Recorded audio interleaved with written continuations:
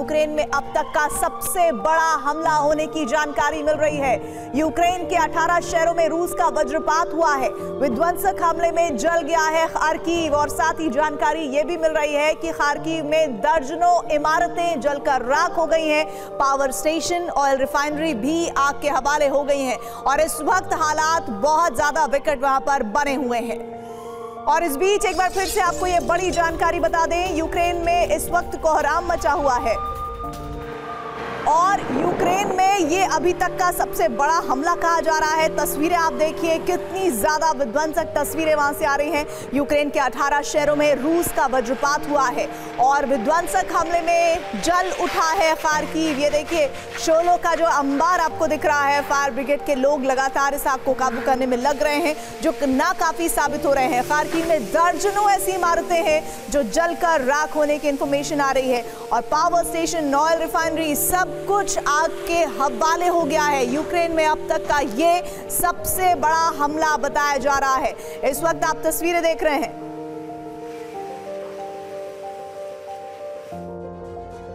Ukraine में इस वक्त कोहराम मचा हुआ है। ये कोहराम रूस के हमले के बाद मचा है। रूस ने बीती रात यूक्रेन के 18 शहरों पर अब तक का सबसे बड़ा हमला किया है।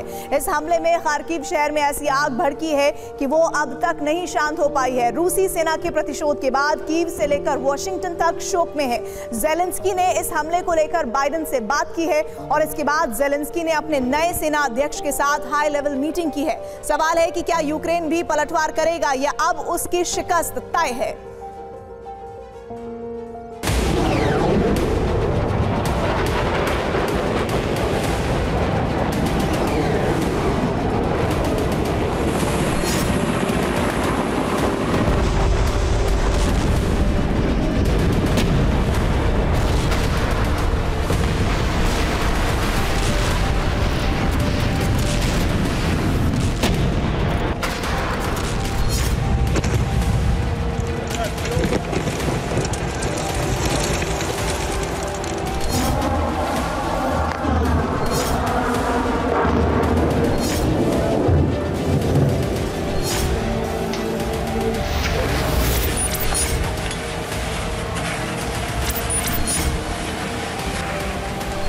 आधी रात ऐसी आग भड़की कि पूरा शहर जलने लगा।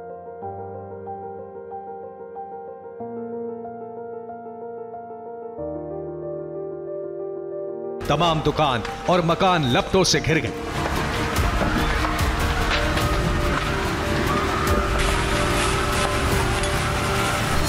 गाड़ियां जलकर राख हो गई।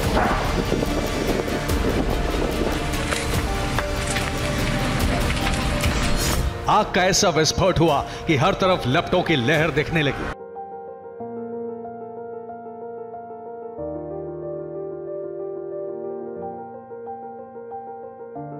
शहर के आसमान में आग और धुएं के गुबार का राज कायम हो गया।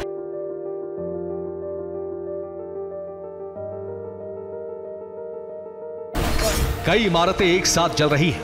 हाहाकारी लपटें सब कुछ तबाह करने पर आमादा है।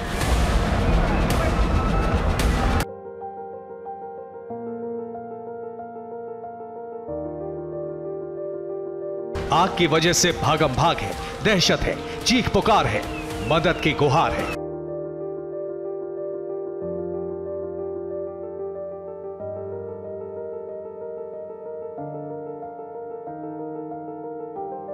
अग्नि तांडव का यह मंजर यूक्रेन के खार्किव शहर का है।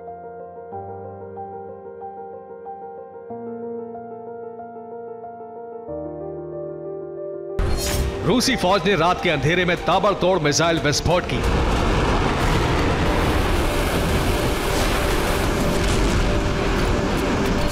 और इसके बाद जो कुछ हुआ उसका भयावह मंजर आपके सामने है।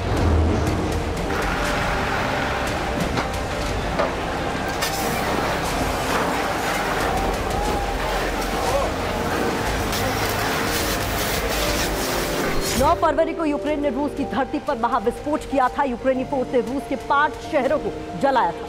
नए सेनाध्यक्ष के आदेश पर यूक्रेनी फोर्स ने रूस के परमाणु गोदाम, मिसाइल फैक्ट्री और सैन्य ठिकानों का दहन किया था।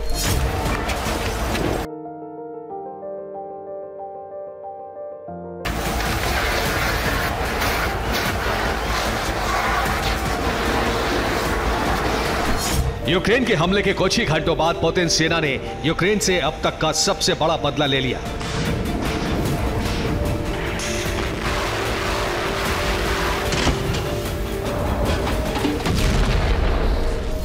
रूसी फौज ने यूं तो यूक्रेन के 18 शहरों में मिसाइल विस्फोट किया, लेकिन सबसे बड़ी तबाही खार्किव में ही मची है।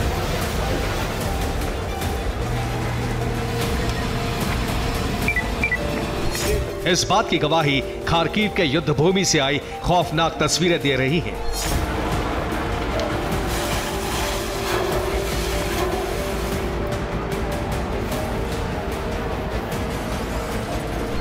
खार्किव में रूसी बमबारी से करीब 5 किलोमीटर के दायरे में सब कुछ तबाह हो चुका है। सर्दी में खार्किव का बड़ा हिस्सा ब्लैकआउट है।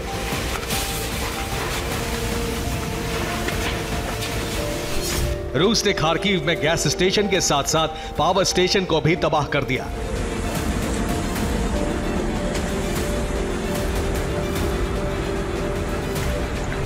रूस के प्रहार में न सिर्फ यूक्रेनी सैनिकों का संहार हो गया, बल्कि 15 आम लोगों की भी जान चली गई।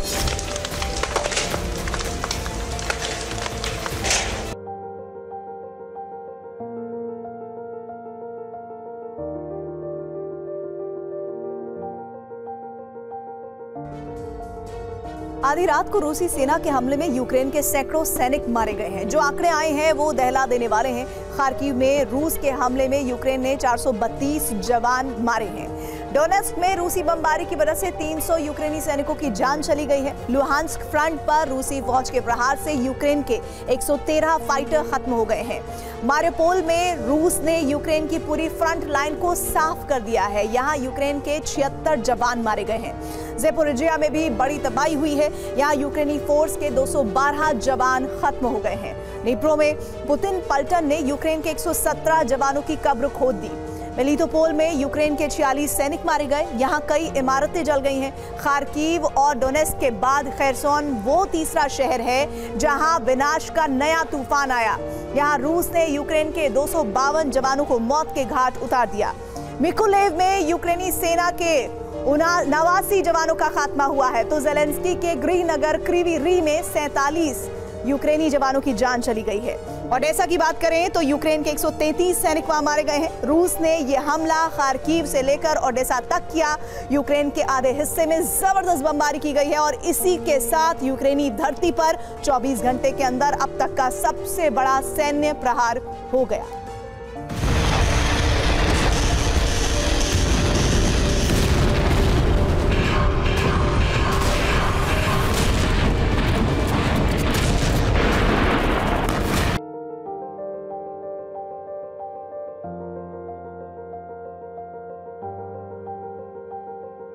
रूसी सेना ने प्रतिकारक प्रहार यूक्रेन के 18 शहरों में किया। यहां न सिर्फ यूक्रेन के सैकड़ों सैनिक मारे गए, बल्कि यूक्रेनी सेना के हथियार गोदाम, हथियार factory, power station, gas pipeline समेत दर्जनों इमारतें मलबे में बदल गईं।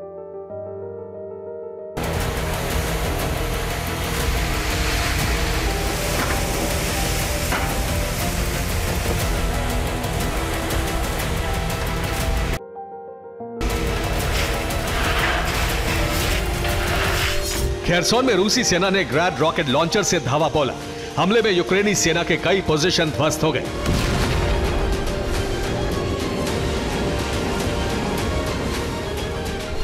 डोनेस्क में रूस के भीषण बमबारी से यूक्रेन के 300 से ज्यादा जवान खत्म हो गए। रूस का दावा है कि उसने डोनेस्क में यूक्रेन के 70% सैनिकों का खात्मा कर दिया है। डोनेस्क में ही रूस ने Ka-52M हेलीकॉप्टर से हमला कर यूक्रेनी सेना के कमांड पोस्ट को तहस नहस कर दिया।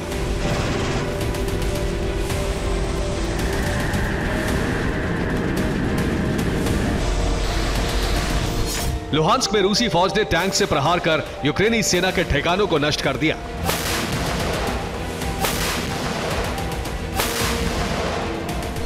ज़ेपोरिजिया में भीषण हमला करते हुए रूसी आर्मी ने एक बड़े हिस्से पर कब्जा जमा लिया है।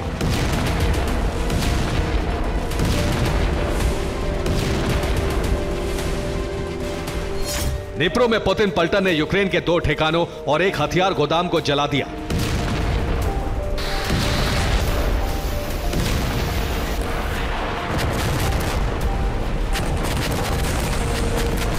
मिकोलेव में रूस की बमबारी से 24 इमारतों को नुकसान पहुंचा।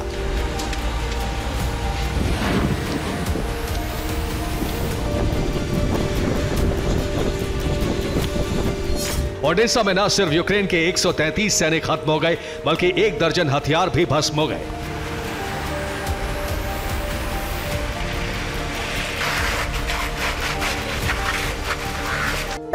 दिन बाद इजराइल की धरती पर सबसे भीषण प्रहार हुआ है। उत्तरी इजराइल के कोने कोने को बारूद से पाट दिया गया है। रिहायशी इलाके खंडहर कर दिए गए हैं। आईडीएफ के मिलिट्री बेस ध्वस्त हो गए हैं।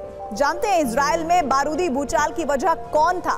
ईरान समर्थित लेबनान का हिजबुल्लाह संगठन, जिसने मेड इन ईरान रॉकेट और मिसाइलों से इजराइल में तबाही मचा दी। ऐसे में सवाल खड़ा होता है कि 45 दिन तक हिजबुल्लाह शांत क्यों बैठा रहा? क्यों 45 दिन बाद ही नसरल्लाह ने इजराइल दहन का ऑर्डर दिया? देखिए इस रिपोर्ट में।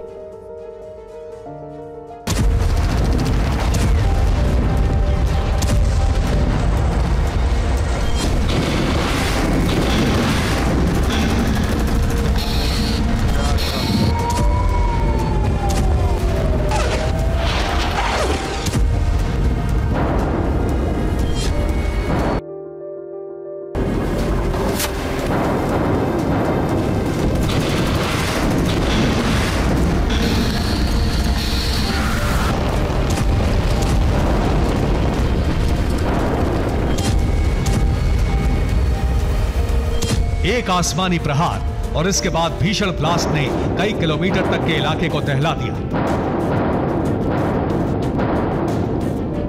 आसमान में हाहाकारी आग का गुबार और बारूद से सना काला धुआं उठता दिखाई देने लगा। यकीनन इस बारूदी भूचाल ने पूरे इलाके को थर्रा दिया। मगर यह तो जंगी सनक का महज छोटा सा ट्रेलर था।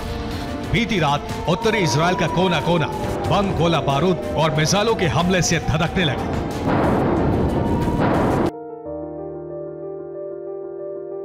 यकीनन तबाही का मंजर बेहद खौफनाक और भयावह था। 45 दिनों से शांत बैठे लेबनान के हिजबुल्लाह संगठन ने बीती रात उत्तरी इजराइल को मानो बारूद से पाट दिया।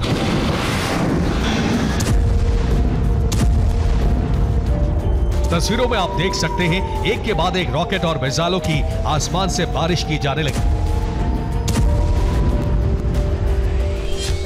इजरायली डिफेंस सिस्टम जब तक कुछ समझ पाता, हिजबुल्लाह के आसमानी प्रहार को रोक पाता, उससे पहले ही हिजबुल्लाह ने उत्तरी इजराइल के 80% इलाके को खंडहर बना दिया।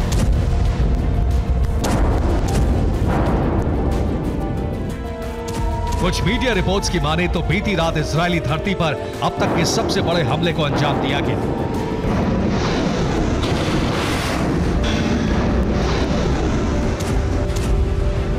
हिजबुल्लाह ने 25 से ज्यादा मिसाइलें फायर की। 60 से ज्यादा रॉकेट उत्तरी इजराइल पर दागे गए। इजरायली सरजमी पर हिजबुल्लाह के सीरियल अटैक ने पूरे अरब वर्ल्ड में सनसनी मचा दी। इजरायली डिफेंस के साथ साथ पेंटागन भी हिजबुल्लाह के हमलों को देख सन्न रह गया।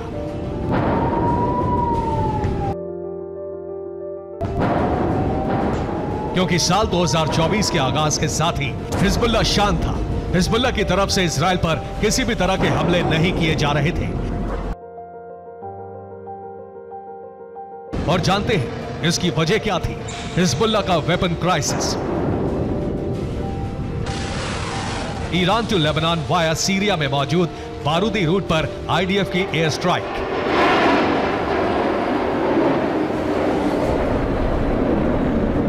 आखिर कैसे, यह भी जान लीजिए। दरअसल ये बात किसी से छिपी नहीं है कि हिजबुल्लाह को हथियारों की सप्लाई ईरान करता है, मगर जिस रूट से made in Iran weapon Lebanon पहुंचाए जाते हैं, वहां पर इजराइल ने जलजला मचा रखा है। जी हां, ईरान के सरहदी इलाके बुकान से हथियारों की सप्लाई इराक के इरबिल, मौसूल, तल अफर और सिंजार से होते हुए सीरिया के अल बुकमल इलाके तक जाती थी। आपको बता दें कि Iran to Syria via Iraq route हथियार जिस इलाके से जाते थे, वहां इस्लामिक रेजिस्टेंस का दबदबा है, जो कि एक ईरान समर्थित संगठन है। खैर, अल बुकमल से ईरानी हथियारों की खेप सीरिया की राजधानी दमिश्क और लेबनान बॉर्डर से सेट होम्स इलाके तक होती थी। दमिश्क और होम्स में ईरान ने मिलिट्री बेस और कई वेयरहाउस बना रखे थे। सीरिया के इन्हीं दो इलाकों से ईरानी वेपन सड़क के रास्ते बॉर्डर पार कर लेबनान पहुंचाए जाते थे। मगर जैसे ही ईरानी हथियारों के दमिश्क और होम्स पहुंचने की जानकारी इजराइल को मिलती, इजरायली सेना एयर स्ट्राइक के जरिए दमिश्क और होम्स पर धावा बोल देती, मिलिट्री बेस और वेयरहाउस को तबाह कर देती थी। बीते 45 दिनों में आईडीएफ की तरफ से 3 बड़ी स्ट्राइक दमिश्क और होम्स से की जा चुकी हैं। ऐसे में हिजबुल्लाह और ईरान ने नया बारूदी रूट तैयार किया है, जिसका इस्तेमाल आईएसआईएस चीफ बगदादी और उसकी ब्रिगेड करती थी। जी हाँ, ईरान के सरहदी इलाके बुकान से सीरिया के अल बुकमल इलाके तक हथियारों की सप्लाई का रूट तो वही था, मगर अल बुकमल से ईरान हथियारों को लेबनान भेजने के लिए फरात नदी का इस्तेमाल किया जाता था, जो सीरिया के अलेप्पो शहर में जाकर मिलती थी। और आपको ये भी बता दें कि अलेप्पो में पीएमसी वैगनर का सैन्य अड्डा है, जहां से ईरानी हथियारों को इदबिल के रास्ते लेबनान बॉर्डर पर भेजा जाता था।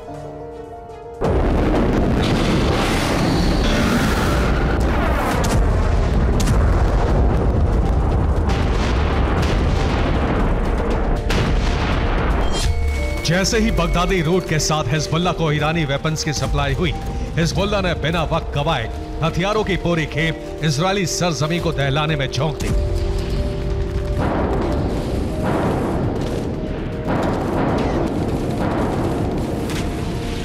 आपको बता दें कि ईरान के नए बारूदी रूट से हिजबुल्लाह को सिर्फ हथियार ही नहीं मिले, बल्कि इसके साथ साथ ईरान के विदेश मंत्री भी लेबनान पहुंचे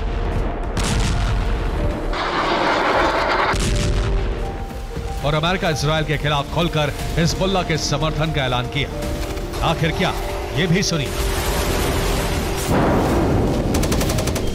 लेबनान के हिजबुल्लाह संगठन को हमारा समर्थन हमेशा जारी रहेगा।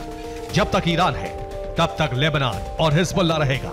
हम हिजबुल्लाह को हथियारों की सप्लाई जारी रखेंगे, चाहे इसके लिए हमें कोई भी कीमत क्यों ना चुकानी पड़े।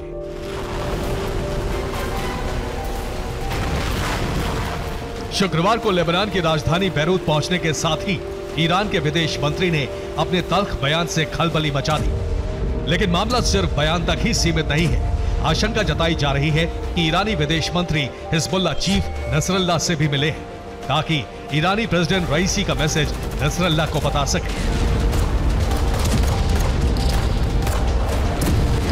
और इसी मुलाकात के बाद से ही हिजबुल्लाह के लड़ाकों ने उत्तरी इजराइल पर धावा बोल दिया, वो भी मेड इन ईरान हथियारों से।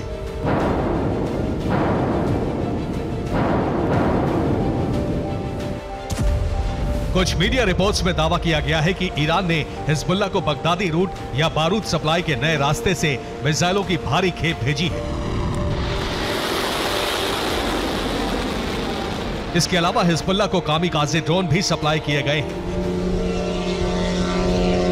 आखिर वो हथियार कौन कौन से हैं, ये भी जान लीजिए। मसलन ईरान ने हिजबुल्लाह को फतेह 110 मिसाइल भेजी है, जिसकी रेंज करीब 250 किलोमीटर है। दूसरा हथियार है स्कड मिसाइल, जिसकी मारक क्षमता 700 किलोमीटर है। तीसरा वेपन है कहर 1 मिसाइल, जो 300 किलोमीटर तक हमला करती है। चौथा हथियार है बद्र 1 मिसाइल, जिसकी रेंज 200 किलोमीटर है। इसके अलावा ईरान ने शॉर्ट रेंज रॉकेट के साथ शाहिद 131, 136 आत्मघाती ड्रोन भी हिजबुल्लाह को सौंपे हैं।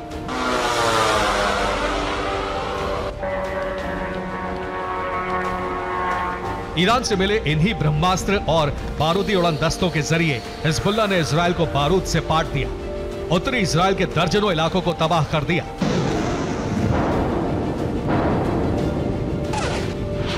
एक तरफ हिजबुल्लाह इजराइल के लिए काल बना हुआ है, तो दूसरी ओर लाल सागर, यमन और सीरिया में भी तबाही जारी है। हूती लड़ाकों ने रेड सी में अमेरिका और ब्रिटिश जहाजों पर मिसाइलें दागी, तो वहीं ईरानी प्रॉक्सी भी अमेरिका के ठिकानों पर हमला कर रहे हैं। मतलब ये कि अरब का बैटल ग्राउंड बारूद से तो दहल उठा है, मगर जंग यूं ही जारी रही तो किसी भी वक्त एटमी ब्लास्ट भी हो सकता है। Bureau report, TV9 Bharatvarsh. Kharkiv में हमले से जुड़ी हुई इस वक्त बड़ी जानकारी मिल रही है। खार्किव के बड़े हिस्से में ब्लैकआउट हो गया है। खार्किव में बिजली पानी का संकट खड़ा हो गया है। रूसी हमले से पावर, वाटर स्टेशन सब जल गए हैं और इस वक्त सबसे ज्यादा बुरे हालात में खार्किव नजर आ रहा है।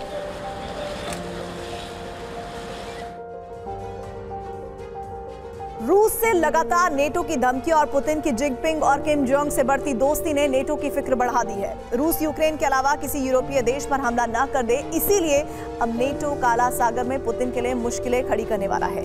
यूक्रेन को काला सागर में ताबड़तोड़ प्रहार करने को कहा गया है। वहीं दूसरी तरफ रूस के पड़ोसी देशों की सुरक्षा बढ़ाई गई है। नई रणनीति के तहत यूक्रेन ने काला सागर के रास्ते क्रीमिया पर कई बार हमले की कोशिश की है। यूक्रेनी आर्मी का दावा है कि कुछ दिन पहले ही क्रीमिया के पास रूस के एक बड़े ठिकाने को नष्ट कर दिया गया।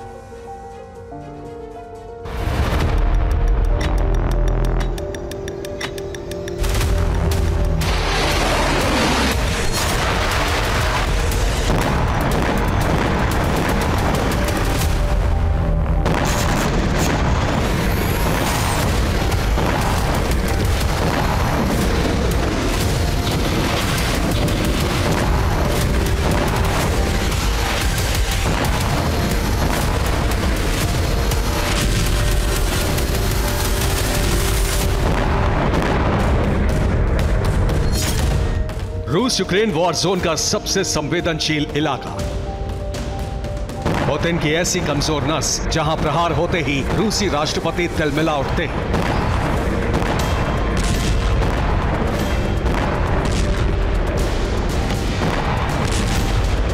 पुतिन सब कुछ बर्दाश्त कर सकते हैं, लेकिन काला सागर और उससे लगे क्रीमिया पर एक भी हमला सहन नहीं कर सकते।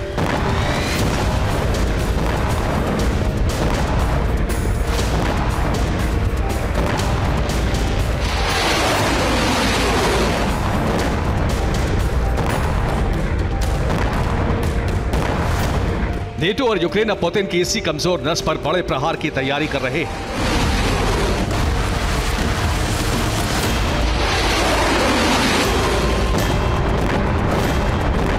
इसकी वजह पुतिन की पोलैंड की सीमा पर की गई बमबारी है और पूर्वी यूरोप पर हमले की धमकियां। अमेरिका से क्रीमिया और ब्लैक सी पर लगातार हमले करने का निर्देश मिलने के बाद से यूक्रेन ने पूरा दम लगा दिया है।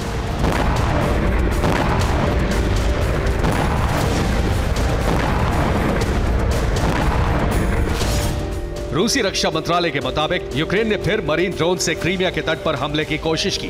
ब्लैक सी फ्लीट के पेट्रोल बोट ने मरीन ड्रोन का पीछा किया। रूस ने मरीन ड्रोन को काला सागर में नष्ट कर दिया।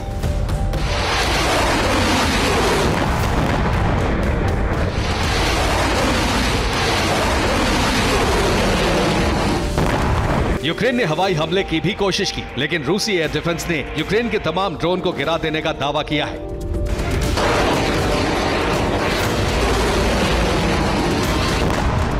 रूस भले ही अपनी कामयाबी के दावे कर रहा हो, लेकिन रूस की एक बड़ी नाकामी की कहानी भी अब दुनिया के सामने आ गई है। खुलासा यूक्रेन की आर्मी ने किया है। दावा है कि क्रीमिया में यूक्रेन स्पेशल कमांडो टीम ने एक सर्जिकल स्ट्राइक को अंजाम दिया।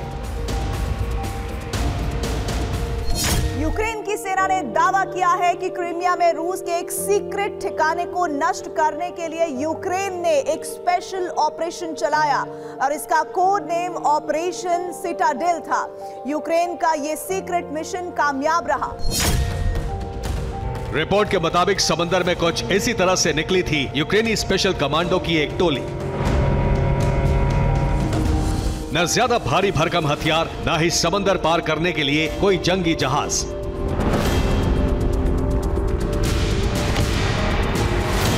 बोट और जेट स्की पर निकले सभी कमांडो को काला सागर की लहरों को चीरते हुए क्रीमिया पहुंचना था। यूक्रेन की कमांडो टीम को ब्लैक सी में रूस के सख्त पहरे को चकमा देना था और एक बहुत बड़े ठिकाने तक पहुंचना था। ऑपरेशन सिटाडेल के दौरान क्या हुआ, कैसे पूरे मिशन को कामयाब बनाया गया, ये आपको बताते हैं। यूक्रेन के सीक्रेट मिशन का नाम था ऑपरेशन सिटाडेल। इस ऑपरेशन के तहत रात के अंधेरे में कुछ स्पीड बोट से कमांडो की एक टीम को यूक्रेन से रवाना किया गया। ये टीम काला सागर होते हुए क्रीमिया के तट तक पहुंची। यहाँ रूस का एक सीक्रेट ठिकाना था जहां से ड्रोन के सिग्नल को मजबूती मिलती थी। यहाँ से रूस के ईरान के मोहाजिर 6 ड्रोन का इस्तेमाल करता है और इसी स्टेशन से ड्रोन को सिग्नल भेजे जाते थे ताकि ड्रोन यूक्रेन तक पहुंच सके। इसके अलावा इसी सीक्रेट ठिकाने पर रूस ने नेवा बी रडार की तैनाती की थी। ये रडार इतना ताकतवर है कि किसी इंसान को 2 किलोमीटर दूर से ही इंटरसेप्ट कर लेता है। किसी बोट को ये 30 किलोमीटर दूर रहने पर भी इंटरसेप्ट कर सकता है। साथ ही यूक्रेनी फौज ने तारीख का खुलासा नहीं किया, लेकिन दावा है कि यूक्रेनी कमांडोज ने इसे पूरे ठिकाने को तबाह कर दिया और सभी कमांडो बोट सुरक्षित यूक्रेन लौट आए।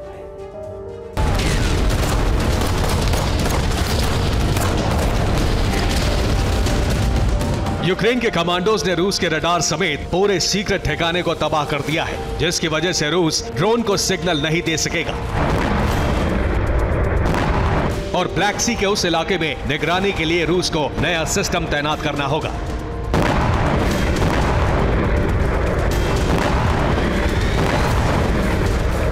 रूस के रक्षा मंत्रालय की तरफ से इस हमले का जिक्र कभी नहीं किया गया, लेकिन यूक्रेनियन स्पेशल ऑपरेशंस फोर्सेस ने इस ऑपरेशन के कामयाब होने का दावा किया है। नेटो को लग रहा है कि रूस पूर्वी यूरोप के देशों पर हमला कर सकता है, इसलिए नेटो ने रूस को काला सागर में उलझाने की रणनीति बनाई है। रूसी रक्षा मंत्रालय के मुताबिक शुक्रवार को यूक्रेन ने क्रीमिया पर 6 ड्रोन से हमले की कोशिश की। सभी यूक्रेनी ड्रोन को ब्लैक सी में गिराया गया। एयर डिफेंस की वजह से यूक्रेनी हमले नाकाम हुए। माना जा रहा है कि यूक्रेन काला सागर में रूस को और बड़े जख्म देने की तैयारी कर चुका है।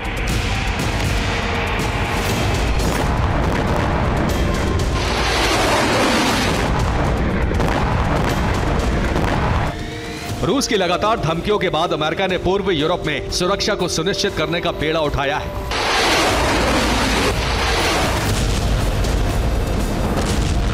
रूस के करीब मौजूद नेटो के देश रूस के साथ अगले युद्ध की तैयारी में जुट गए हैं।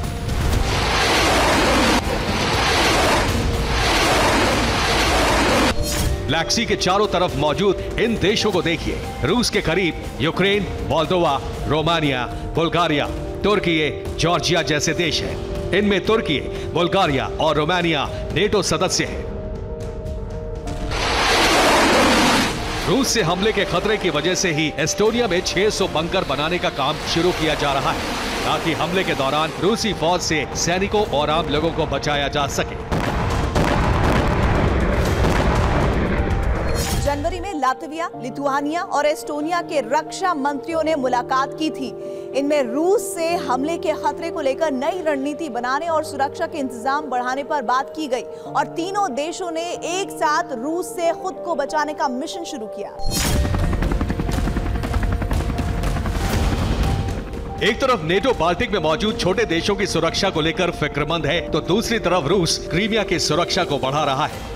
दोनों ही तरफ से रूस के आसपास के इलाकों में हथियारों और सैनिकों की तैनाती को बढ़ाया जा रहा है। फिलहाल रूस ने अबखाजिया के बेस से सैनिकों को वापस बुलाकर क्रीमिया में तैनात किया है।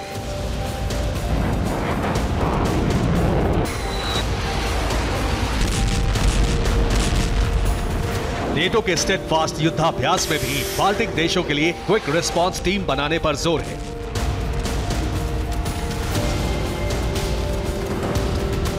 पूर्वी यूरोप में फौरन नेटो सैनिकों की तैनाती कैसे होगी, इसके लिए रूट और सैनिकों को भेजने के तरीके को लेकर नई रणनीति तैयार की गई है और इसका टेस्ट युद्धाभ्यास के दौरान होगा।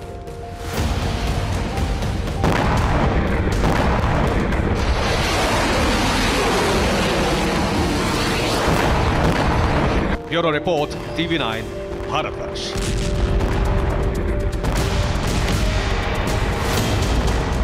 पुरानी कहावत है, बिना हथियार जंग नहीं जीती जाती। हथियारों की कमी से जूझता यूक्रेन भी सरेंडर की दहलीज पर आ पहुंचा है। यूक्रेन के मंत्री और राजदूत तक मान रहे हैं कि उनके हथियार गोदाम खाली हो चुके हैं। यूरोप से लेकर अमेरिका तक टेंशन हाई है। नेटो देशों को डर है कि मौके का फायदा उठाकर पुतिन कीव पर बड़ा हमला कर सकते हैं। ऐसे में कीव और वॉशिंगटन में बैठकों का दौर जारी है। बाइडेन की कोशिश जल्द से जल्द यूक्रेन हथियार पहुंचाने की है। This bill is essential for our national security, for the security of our friends in Ukraine. The United States Congress, if it occurs, not to support Ukraine is close to criminal neglect.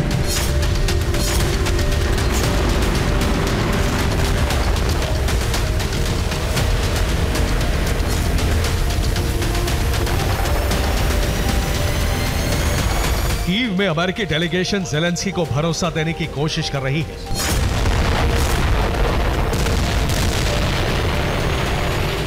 Germany के chancellor Washington में डेरा डाले हुए हैं।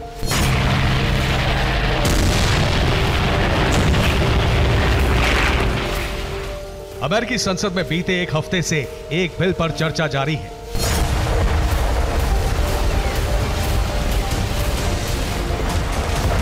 इस पूरी हलचल और मुलाकातों के बीच है सिर्फ एक डर ज़ेलेंस्की के सरेंडर का, यूक्रेन के जंग हार जाने का।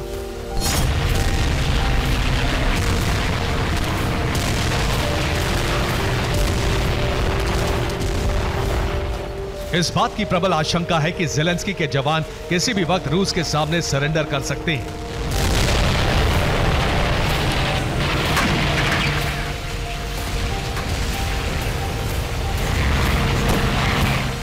और इस आशंका को जन्म दिया है यूक्रेन के उन सभी हथियार डिपो ने जो इस वक्त खाली पड़े हैं।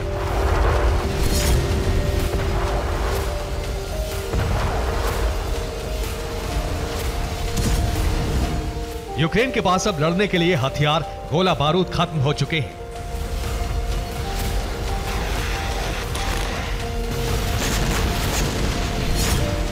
और ये कोई कोरी कपोल कल्पना नहीं, बल्कि ये दावा खुद यूक्रेन कर रहा है। यूक्रेनी रक्षा मंत्री कर रहे हैं। अमेरिका में मौजूद यूक्रेन की राजदूत कर रही है। यूक्रेन की मिसाइलें और हथियार खत्म हो गए हैं। हमारे पास अब कोई विकल्प नहीं बचा है। हम एक दिन में रूस से ज्यादा गोले दाग सकते हैं, लेकिन हमारे पास पर्याप्त संख्या में बारूद नहीं है।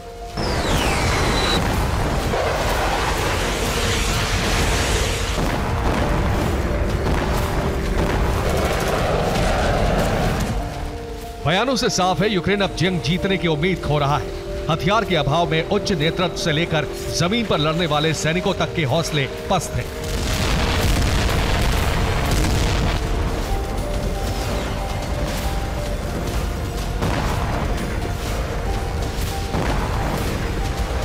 यूक्रेन की हताशा का अंदाजा यूक्रेनी रक्षा मंत्री रुस्तम उमेरोव की एक चिट्ठी से लगाया जा सकता है, जिसे उन्होंने यूरोपीय संघ के विदेश नीति के प्रमुख जोसेफ बोरेल को लिखा।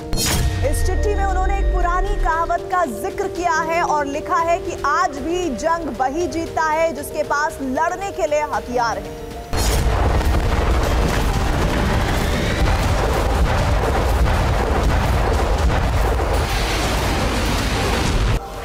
रुस्तम उमेरोव की चिट्ठी में यह भी कहा गया है कि उसे रूस से लड़ने के लिए रोजाना 6000 तोप के गोले चाहिए, मगर उसके पास सिर्फ 2000 गोले हैं।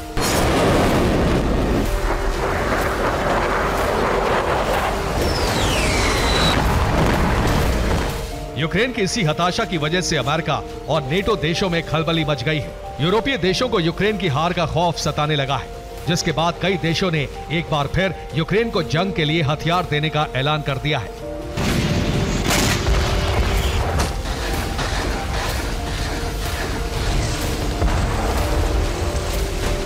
यूक्रेन के हथियार गोदामों को रिचार्ज की लिस्ट में टॉप पर फिनलैंड और नॉर्वे का नाम है। ये दोनों देश यूक्रेन को 4,933 करोड़ रुपए के हथियार देने वाले हैं। नॉर्वे 2,706 करोड़ रुपए के हथियार देगा, जबकि फिनलैंड 1,700 करोड़ के हथियार देने वाला है। नॉर्वे ने यूक्रेन को 10 नेसम्स एयर डिफेंस सिस्टम भी देने का ऐलान किया है, ताकि वो अपने शहरों और लोगों की सुरक्षा कर सके। एक तरफ हथियारों का ऐलान हुआ तो दूसरी तरफ जर्मनी के चांसलर ओलाफ शोल्स अमेरिका मंथन करने पहुंचे। शोल्स ने बाइडेन से मुलाकात की। इस मीटिंग में जर्मन चांसलर और बाइडेन के बीच यूक्रेन को हथियारों की मदद देने पर चर्चा हुई। मीटिंग में बाइडेन ने यूक्रेन को हथियार भेजने में विफल रहने पर अमेरिकी कांग्रेस की आलोचना की।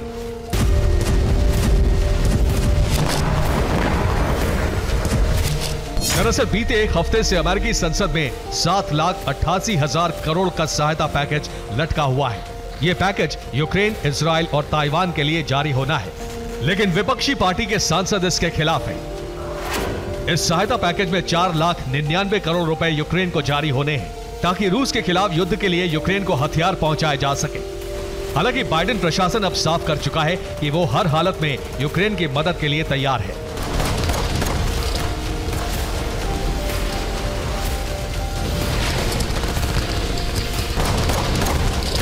नौ फरवरी के दिन 4 सदस्यों का एक अमेरिकी डेलीगेशन कीव पहुंचा, जहां उन्होंने यूक्रेन राष्ट्रपति से बात की।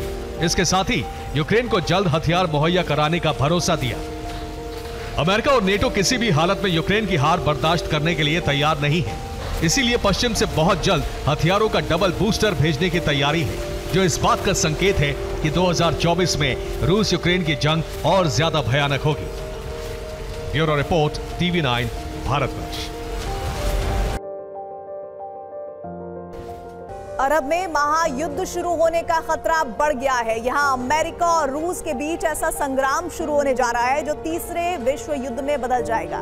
तीसरे विश्व युद्ध की आशंका उस वक्त बढ़ गई जब रूस का विमान बारूद लेकर तेहरान पहुंचा। यह खबर अमेरिकी खुफिया एजेंसियों तक पहुंची तो सुपर पावर की शक्तिशाली सेना ईरान और रूस पर परमाणु हमले का अभ्यास करने लगी और इसी के साथ अरब विनाश का काउंटडाउन शुरू हो गया।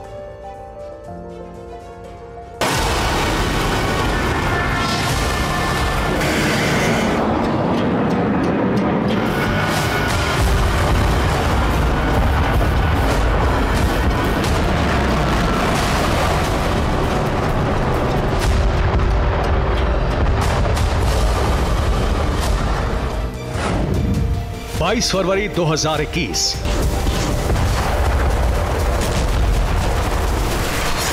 ये वही तारीख है जब 2 साल पहले रूस और यूक्रेन के बीच युद्ध शुरू हुआ था।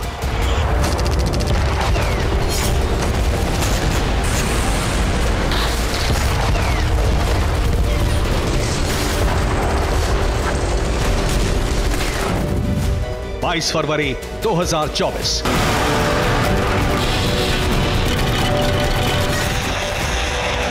ये वही दिन है जब अरब में अमेरिका और रूस के बीच महायुद्ध छिड़ सकता है।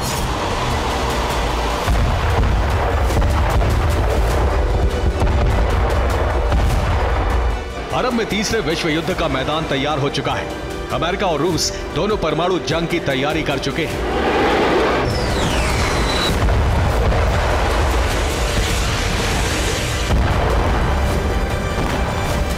एक तरफ अमेरिका, ब्रिटेन और इजराइल है तो दूसरी तरफ रूस, ईरान और ईरानी प्रॉक्सी।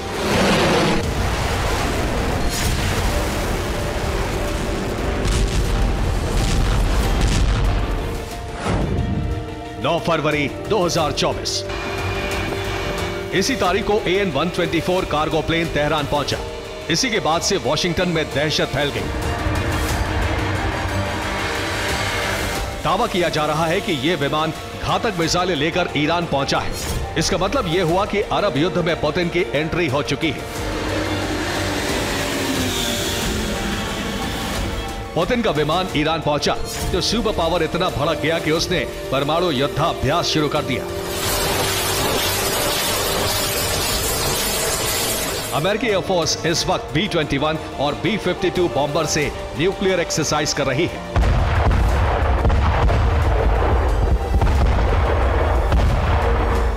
इतना ही नहीं, अमेरिका C-17 से बैलिस्टिक मिसाइलें दागने का भी अभ्यास कर रहा है। अमेरिका ने इस अभ्यास का वीडियो जारी किया है।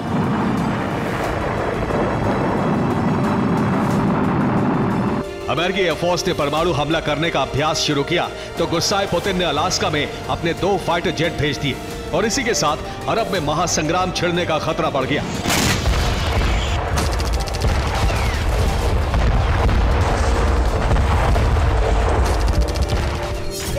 अमेरिकी सेंट्रल कमांड ने ऐलान किया कि उसकी सेना ने 1 हफ्ते तक हैकाथन प्रोग्राम चलाया।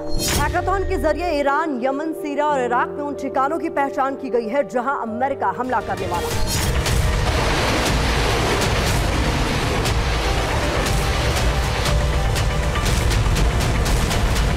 इतना ही नहीं, अमेरिकी वॉर कमांडर्स मिडिल ईस्ट और अरब देशों का दौरा कर रहे हैं। कई इस्लामिक देशों को साथ लाने की कोशिश है। इसके बाद ईरान और उसके प्रॉक्सी पर विध्वंसक प्रहार हो सकता है।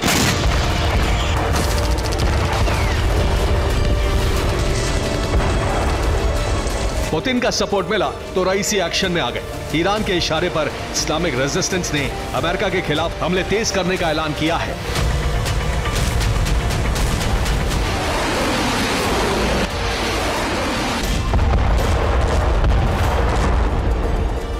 जाहिर है, अगर अमेरिका पर हमला हुआ तो अमेरिका इसका बदला लेगा। पुतिन इसी अवसर के इंतजार में बैठे हैं। अमेरिका के एक्शन के बाद रूसी सेना विध्वंसक रिएक्शन देगी और इसी के साथ अरब में महाविनाश का जलजला आ जाएगा।